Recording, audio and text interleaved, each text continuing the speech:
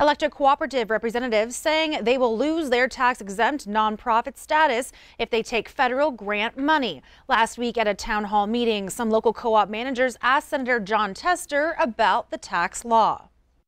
That's a problem. Okay, it needs to be fixed. Whether they did this intentionally or not, I don't know, because we didn't have a chance to take it through the committee and actually discuss it. Senator Tester said the law also affects other nonprofits. Co-op managers and a representative from the Montana Electric Co-op Association asked the senator if he would co-sponsor a bill introduced in April. They say their tax-exempt status may be affected for taking FEMA grant money for repairs, and this would lead to higher rates for their customers.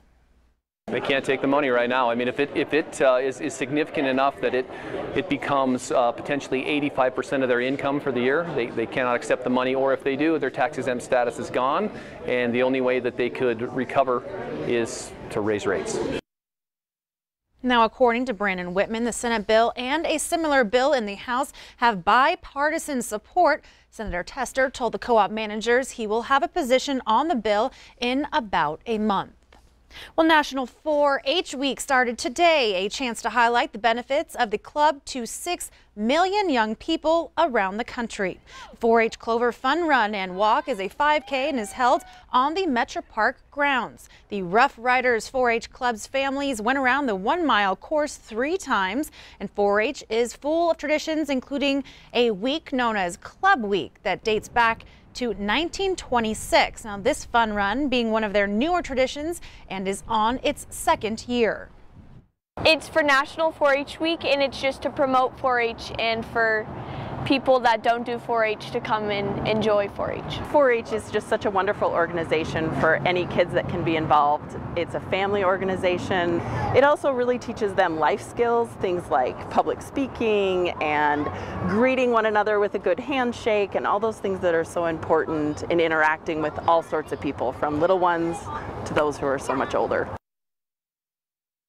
4-H clubs across Montana and the country have events to celebrate National 4-H Week, which runs through October 12th. Well, the Billings Career Center taking a hands-on learning approach to new heights. Q2's Jenny Fick has the details on how.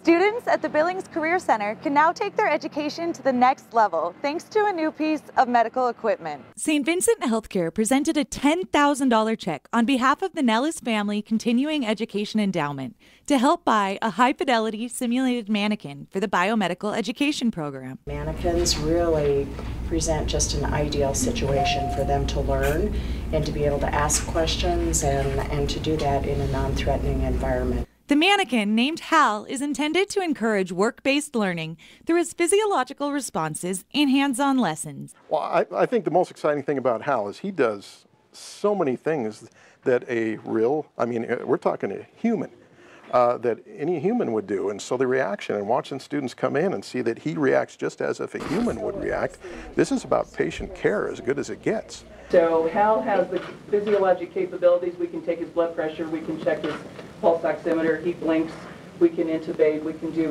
various types of procedures on Hal, and I can, through the beautiful electronics that he comes with, we can do everything from an allergic reaction to an asthma attack to a heart attack to heart rhythm abnormality. In addition to being equipped with a camera that captures procedures to help students analyze their work after the fact, Hal is intended to drive home the importance of treating the mannequin like a person.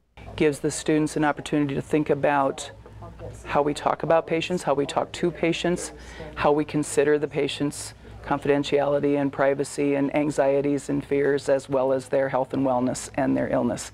And so it's really tuned them in to think about how to be more attentive to caring and compassion and patient needs.